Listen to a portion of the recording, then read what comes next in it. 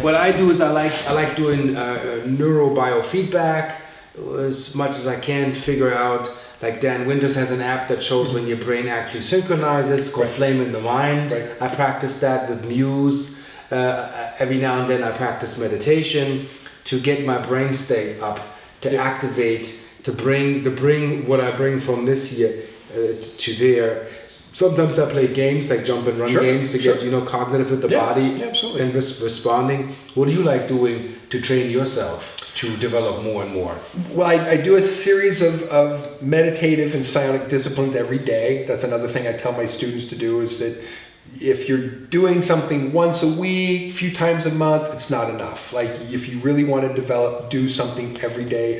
Yeah, repetition makes master. And the more you do it, makes a big difference. What you're trying to do, what we're all trying to do, is rewire your brain and rewire and reprogram and rewrite your own genetic code. Mm-hmm. That doesn't happen doing it once a month or once a week. That happens doing it every day. So I say do it every day. I have a TK trainer, telekinesis trainer, which is moving an object in essentially a glass tube. And my goal is to move, make that object heavier and heavier and heavier, and keep working on heavier objects until, I can hold a golf ball in my hand, and then golf ball, billiard ball, heavier and heavier objects. So my training process is just something every day that's moving something telekinetically and just slowly escalating that process, which it can be tedious, I'll be honest. I get headaches. Do you have any idea what that is with the headache? Well, I have to stop the training. Because you're literally rewiring your brain, and your neural pathways, when they start to move, it hurts. So changing your habitual parts of your brain is painful sometimes. Like a sore muscle. Yeah, growth, real mental, neurobiological growth can be painful and uncomfortable and can make your brain hurt. It also can release endorphins and serotonin and make you high, like in a way that you're like, oh my gosh, I feel like I'm high on drugs, but you're not in any drugs at all. You've just pushed. But you are drugs. You are. It's your neurotransmitters. You are endorphins. You are serotonin. Yeah. Tryptophan, tryptamine, melatonin, dimethyltryptamine. Yep. You are all of those. What people say you need the drug to have that. Your brain can flood you anytime to bring you into a psychedelic self state without even any substance. Yeah, it takes me less than 15 minutes of doing a telekinetic practice to get all of those brain chemicals, all of those serotonin, endorphins, things, firing and going off, so that by the time that I'm done with the training exercise, last thing I want to do is get behind the wheel of a car or do something, operate heavy machinery. When I meditate, I don't want to be, because I measured myself. Traffic is stress, whether we like it or not. We have to be alert because we're driving a vessel that's an extension to us, and we have to expand our psyche. I always tell people my training is every day, basically. Not just the training per se, like Krishnamurti said, when you say 4 o'clock I have to go to my meditation and the rest of the time I'm not meditating, you're missing the point. Yep, absolutely. He said, see, like you and I talking here, I am in the moment with you, and I'm also learning with the exchange as we enrich one another. Right. To be in that moment when you do it, yep. To not be superficial with it, right. And to listen. And the meditation should be life. Yeah.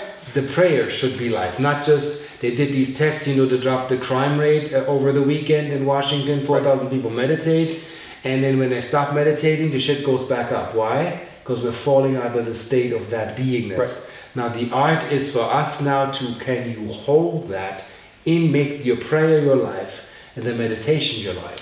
Absolutely. So you do that exercise daily, 15 minutes a day, 30 minutes a day, 60 minutes a day, as a practice to get your brain and your mind so that it's not just 30 minutes a day or 60 minutes a day, so that it's all day. But that doesn't happen right away. Just for anyone who thinks that if it's not happening for them right away that they're doing it wrong, you're not doing it wrong.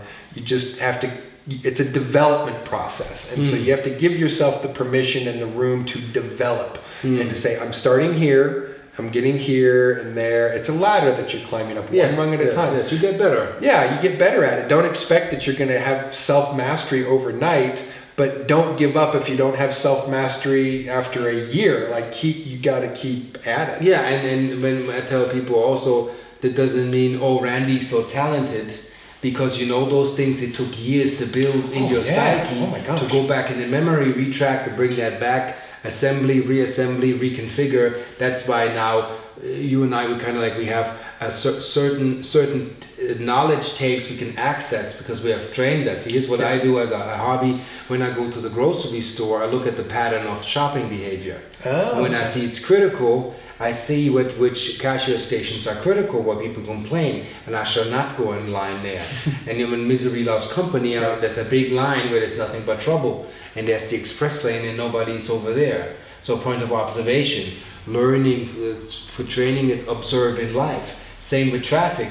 I look, today I seen like 4 or 5 cop cars in like an hour and a half. Unusual activity, whatever they're looking for, whatever is in the air, and the traffic is erratic, it's staticky. So I'm like, okay, I'll make sure I'm not running too many errands. Point of observation, and see the static. I can see accidents happening in front of me because I step back and slow it down, and then you can see the pattern. So I'm like, you can say as a hobby, I'm obsessed with pattern and symmetries. So look at it, something is off here. Why is that off? And how can we go around, make it better, fix it, or bring it to a symmetry? So you have subliminal things or fetishes that you do where you're like, that's how you do it because it keeps you sharp? I think that all of the practices and disciplines of understanding myself from the inside out is at some point turns into an exercise in how do I externalize that awareness into what's happening around me. Looking at nature. Because I'm out on my bike or in my car, I also look at traffic patterns and social patterns, behavior patterns.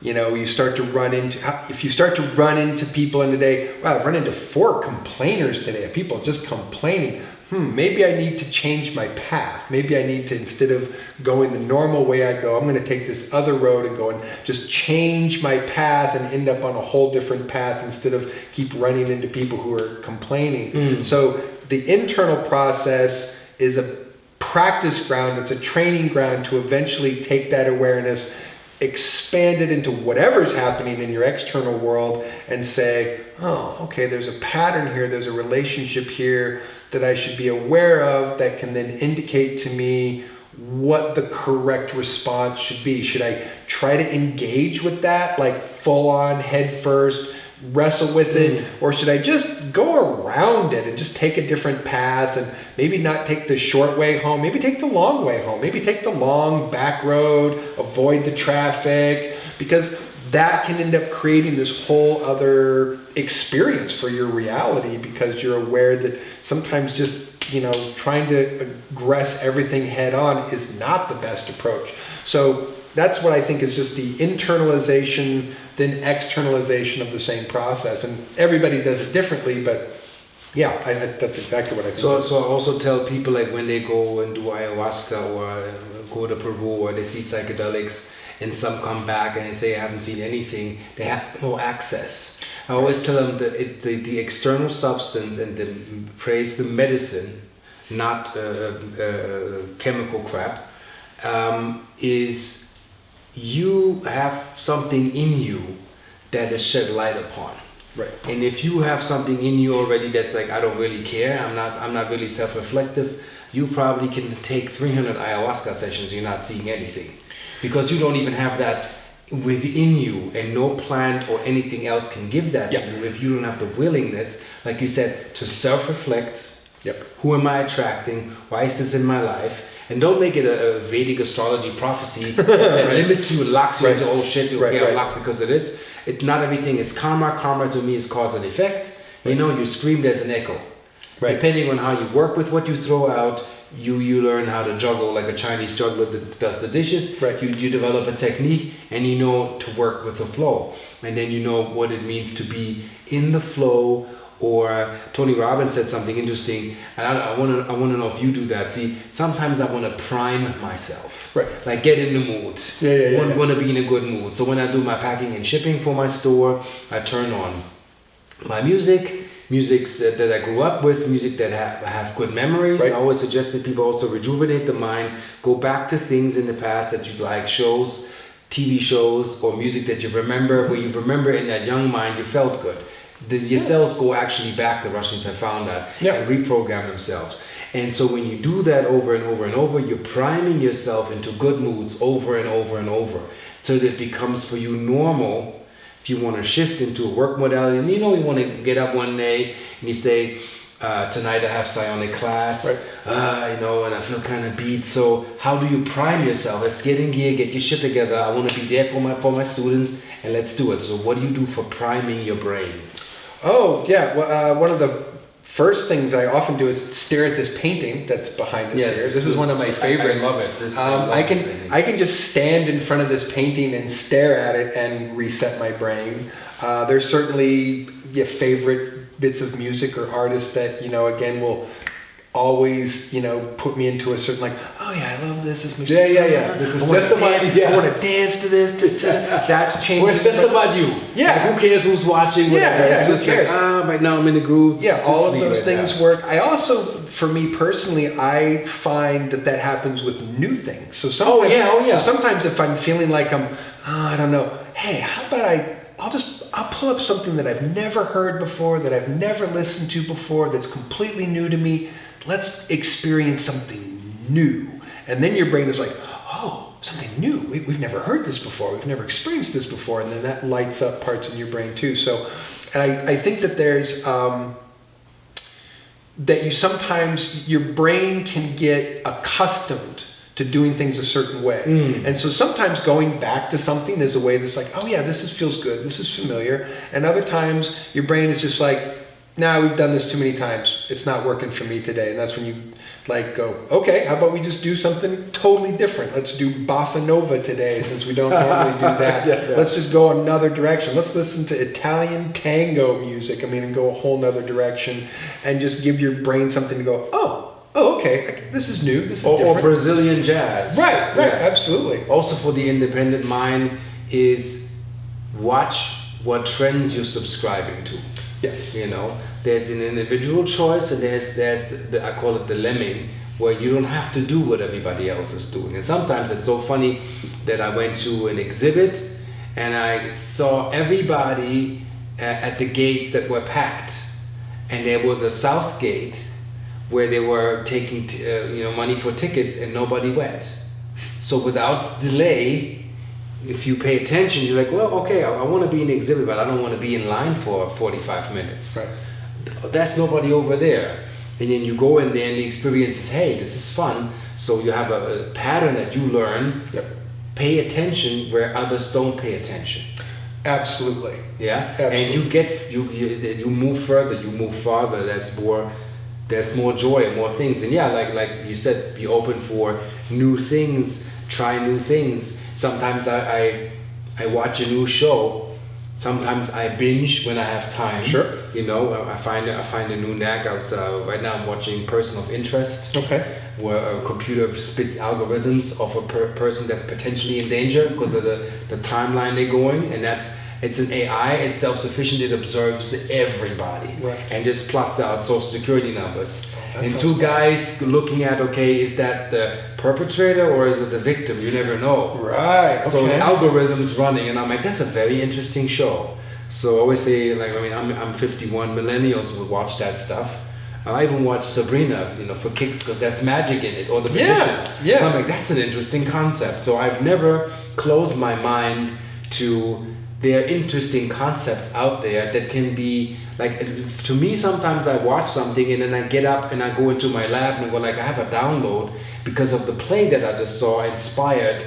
It kind of backfires in a positive way. You have that you watch something, you're like, that makes a lot of sense, and it creates an algorithm within you that leads to something that you find a solution to, because that was a missing piece that actually reflected that you carried that for a long time. Absolutely. And I think another point to bring to that is being willing to step out of your age demographic. Yes. So wherever you are, if you're a young person, be willing to listen to some old music. Find some of that old-timey shit and like listen to that and see where that takes you. And if you're older, pick up something new that that you've never heard before that the kids are listening to. Yeah, and be humble. And be willing to just change your point of view on what you might like or dislike, and be willing to not lock yourself into an age demographic so that you're only listening to a certain type of music or a certain type of film genre that you're willing to express across timelines. Also understanding what works, like having the intelligence to understand what works. Like I learned in a tutorial from a 15-year-old how to hack my portable PlayStation. Right. It was broken. I didn't want to spend hundreds of dollars to fix it. And he's like, $15, you get this part from China, and I'll show you how to open the thing, replace it, you do it yourself, anybody can do it. Right. And I sit down, and I guess a lot of us have to really relearn that, humble yourself. Maybe that 15-year-old knows something that you don't know because he's not preconceived with what doesn't work. He only knows what this works for me, and maybe we can learn from that. And that's there's a kid who does these YouTube videos. He looks like he's about 20 or 21, like college age, and he likes to buy these market laser devices and then supercharge them, and like figures out how to hook them up and up the amperage and increase the voltage. And he takes these little pin lasers and turns them into high powered burners and stuff. And I've learned things just by watching this kid do things that someone twice his age wouldn't bother to do, because they say, well, maybe that's not safe or what you should do. And he's just like, nah, let's just go for it. Yeah, we can, so why not? Let's just see how we can hack this and change it. All I'll say, if it works, it works. I tried to replicate a free energy device I saw online, doesn't work. Right. Sometimes it's a failure. But when it works, and maybe that will lead to a new show, I want to do like a spirit tech where I will show people like this actually makes sense. Yeah. This has a frequency, there's an application, this actually works, this is safe, Right. So... yeah, the willingness to step outside of whatever you think you like and whatever think you know, and go younger, older, different genres, different countries.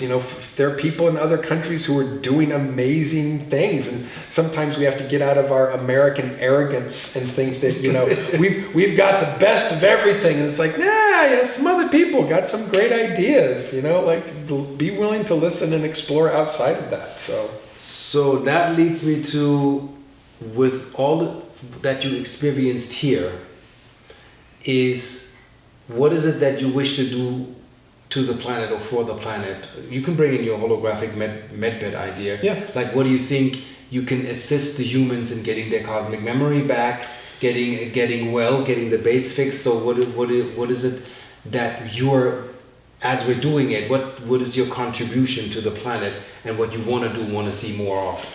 I'd say probably the two biggest things that I'm putting focus and attention on is the holographic cellular regenerator. I want to definitely bring that to the people, bring that to the population, bring that to terrestrial civilization. I also feel really blessed to be able to take the USMCSS psionics manual and teach that in a class. So I would hope by focusing on those things that I can add a technology to the medical industry that would change the medical industry for the better in a way that gets us off the track that we're on right now and onto a better future track. And by teaching out of the psionics manual, I would hope to teach people the fundamentals that they need to understand to rewire their brains, rewrite their own genetic codes, and manifest superhuman super abilities. It's not rocket science. It's totally within the realm of anybody who wants to put the time and the energy and the discipline and the focus to doing. And instead of accepting this kind of mediocre, if I learn to develop myself and I can, do this much, yay, that's forget mediocre. Come on, let's go with excellence. Really think about how far can you go. I often sit down with my students and we go through the list of name a psionic ability. We end up with this, a whiteboard that's full of all of these different abilities, or sometimes what can be recognized as a, comic book style superpower. And I'm like, okay, which of these things do you want to achieve? Take your pick and focus on it. understand that any one of these things is an achievable goal for you if you want to put the time, the energy, and the discipline into it. So stop accepting mediocrity with what you're doing. Like, go for excellence, go for something big, because by just a few people being able to experience that development, it will send ripples throughout the human nature. When someone can demonstrate an advanced psionic ability and put it on a YouTube video or end up on the news because something happened, and people see that, they're going to go, oh, there's a whole nother potential here. Yeah, well, that ripples back into, well, if they can do it. You remember 20 years ago they said it was impossible to run a mile under 4 minutes? Oh, yeah. And now the record has been broken, and they again. And they checked the algorithm. The first guy that broke that, I don't know, 15 years ago, and then 20,000 people after that, like, it cascaded. Yep. It ripples back into us forgetting it, like the theory of the 100th monkey. Yep, absolutely. You know, when the one learns to wash your potato that's sandy at the beach in water and it can eat it more pleasant, yep. The others, without physical observation, get the ripple effect and they start doing. Yep. Without even having seen it. That's the morphogenetic absolutely field. Yeah. So, and we know this is scientifically proven. It's yes, real. Absolutely. Yeah. So I would hope by introducing these things to my students and to people that the ripple effect would just change the way that we see ourselves, change the way that we see what we are capable of doing, change the way what people feel are their limitations and what they're willing to be capable of and willing to put time and energy in to be able to do, instead of sitting going, oh, why would I bother trying to achieve that? It's unachievable. And going, oh no, wait, if I like dedicated some time and did that every day for the next 5 years, oh, I could develop a psionic super ability. Okay, let's do that then. And so the more people do that, the more we move the collective evolution up. Yeah, I train that with the piece of paper on a needle, mm-hmm. and then make it spin one way and then the other way. I've been doing that since, I don't know, 8 years ago. I saw the Psionic Wheel thing on YouTube. Right. Then I bought the Edgley wheel. I don't know if you know that. Mm-hmm. It has these pins, and you put it on a pin, and you put your hands on it, and then you stop it. And it's not thermodynamics. I tested that you can put candles next to the wheel. It doesn't spin because the hot air goes up. It's not a rotor. Yeah. It's just that's blades. why They blades you just sit there. It's something that spirals out of you. Yeah. It's always spiraling. That's why the trainer I have is inside a glass tube, so that there's no air, no thermal conductivity that can affect it. And that's the hardest to move that. Yeah. Because your mind also goes like, okay, now you most definitely cannot move it. Yeah. And you got to beat that belief system. Yeah. So I had managed to move it in a glass bowl, mm-hmm. but it's hard. Yeah. It's really sitting there, and did you even feel the electricity, and you feel you relating between the object? I did a YouTube video, if you ever have the time, it's called Exploring Chi and Prana, mm-hmm. where I'm demonstrating you can do it with something, I think it's the scalar wave coming mm-hmm. from you, but you can also do it with static. Okay. Like you can electrically be so charged that I showed that I put rubber gloves on, mm-hmm. and you see, and I demonstrate in the video, and I'm in the glass, and this thing is just like, and I'm like, this is now static.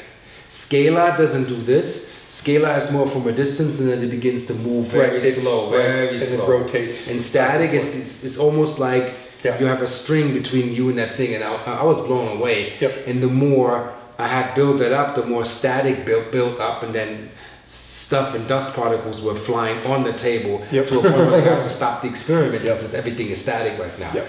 But there are ways where I show the audience, if you have a physical effect the first time, they're more willing to train. Yes. If you talk about levitation, very frustrating. Very. Because if you're not taking off the ground, or if you're on a scale and you're not really getting lighter on the scale, nothing happens. Right. We have to also face that, because that's to integrate the science and the alchemy of going into the body. And I want to share this with you real quick, is when they said that Jesus went into the desert for 40 days and 40 nights to have this enlightenment epiphany. I said, let's take this mythological metaphor and make that science. When your brain does 40 days and 40 nights in samadhi, you are on an avatar mode. Right. And of course you're talking to spirits or elementals and whatnot, because you're in that stage. So that You don't have to go to the desert. You don't have to be Jesus. You don't have to be in a Christ all, as in crystalline consciousness alignment. Right. To be that, and for that you don't need a physical Messiah to demonstrate, because it's within you. Right. So that's how I feel that a lot of holy books are alchemical metaphors, that it is science, not magic. Oh, absolutely. It's all science. Absolutely. Like Solomon means Sal Amun, it's the rising of the mineral in the vessel. Mm-hmm. Like there's so many things within us that are hidden within our word wizardry that got so diluted that we forgot there's a simple science, like a galvanic process, Right. Plus minus, you have gold particles, you turn it on and the gold particles go to the negative pole, and people think, oh, he turned it into gold. Well, there is a scientific alchemical process behind it. Absolutely. And I think we've been doing this from day one. Absolutely. We were just amazed in the past by what we don't understand. It must be magic because we don't understand that. Yeah, I teach my students, it's all science, it's all physics. And why I started teaching my students telekinesis is because you can take a very lightweight object in a near frictionless environment, again in an isolated environment, so that wind's not affecting it, your breath isn't affecting it, thermal conductivity isn't affecting it. And you're moving it. Yeah, move it. Yeah, and I've the last 4 classes I've taught, I've got 100% of my students in all the classes to be able to move the object and demonstrate a telekinetic ability on a very small object, but it's easier than levitating. It's something that they can see, they can achieve. The path of least resistance. And then once the mind sees that, oh, I could actually do that, then that opens up all kinds of pathways. It's the confidence that comes within. And that's also very, very interesting. What they measured is, and this is why you can not really misuse magic. They checked people that had supernatural skills, such as Zen monks and whatnot, and they measured their brain states. And they never had any revenue as in an audience clapping or saying you're doing great. The minute they were introduced to external stimuli and people saying you're great and women are like attracted to them and they got cocky with it, guess what happened? It stopped working. They lost the skill because they developed a fake consciousness and they wanted to perform, not master. And it's about mastery, not the performance. I find that very interesting. Absolutely. That we can prove that. You want to get cocky with that shit, you lose your skill. You have to be really, I want to master this. I want to contribute, and not like a David Blaine, like a party tricks, table tricks. Yeah. He does phenomenal work. But I want to be like, can you heal cancer now? Right. Right. Can you make it rain? Can you heal a riverbed? Yes. They have tested monks that can heal riverbeds and lakes. Yes. Where they meditated for 3 days, the pH level regulates in the water, the fish return. Like, that's a skill, like in mutants, we're like, okay, now we're talking potential and whatnot. Yeah, absolutely. So I think we can wrap it up. Okay. We covered a great deal. It was very enriching and very great to have you. Any last words you want to have or share, or where do you think we're going with where people want to concentrate on a scare tactic? Do you think we're going to have physical contact at some point? Oh yeah, I think we're getting closer and closer. Yes. I think we're just at what I would call the beginning stage of what's going to end up being the disclosure process. So the major virus that we're seeing is the first of what we think is going to be 3 viruses that we're going to see. Then we're going to see some major civil conflict, some conflict between the superpowers, like between the U.S. and Russians and the U.S. and the Chinese. And then probably not long on the heels of that, we're going to end up with a contact event of some kind. We think it could end up being like an invasion, but that doesn't necessarily mean that doesn't necessarily mean that it's the end of the world. We're seeing with these contagions, people are going to die. It's going to happen. It doesn't mean it's the end of the world. If there's a civil war, people are going to die doesn't mean it's the end of the world. If we end up with battles between the superpowers, people are going to die doesn't mean it's the end of the world. There are just things that are going to happen. People are going to choose to exit. Some people are going to choose to stay. Some people need to leave or be escorted, off the planet or out of the system. Some people, need to stay. So whatever happens may be scary, may feel life-threatening in some cases, but it's all moving towards a change that we just have to get to, and we're going to need to get to. So I would encourage people to not be afraid, no matter what. As we enter into these different conflicting stages, whether it's pandemics or whether it's civil conflicts or wars, people are going to have the opportunity to either sort of shrink or be amazing and be excellent. And I think this is the opportunities for people to just be more excellent about what they're doing, how they're interacting with their communities, their neighbors, step up to the plate, and be a better human being, be a better example of what you think a better human being should be. The more challenging these things become, I think the more opportunity there is for people to be amazing and be excellent and show other people what it means to be amazing and excellent under pressure, because that's what we need to see. We need to see people being amazing and excellent under pressure and not terrified and, fighting over toilet paper. Yeah. That's really low mediocrity, fighting over toilet paper. We need to be excellent, and people need to be sharing and communicating and understanding and helping each other, because that's being excellent. So basically, have depth. Don't be superficial. Like he said, be excellent, be engaged. This is a participatory universe. You have to participate, because if you don't start, nothing won't be nothing. You have to do something in order for something to happen. There's this old song, nothing from nothing leaves nothing. And on that note, thank you, Randy, so much. Pleasure. Thank you so much. Every time. And I see you on the flip side. Peace out.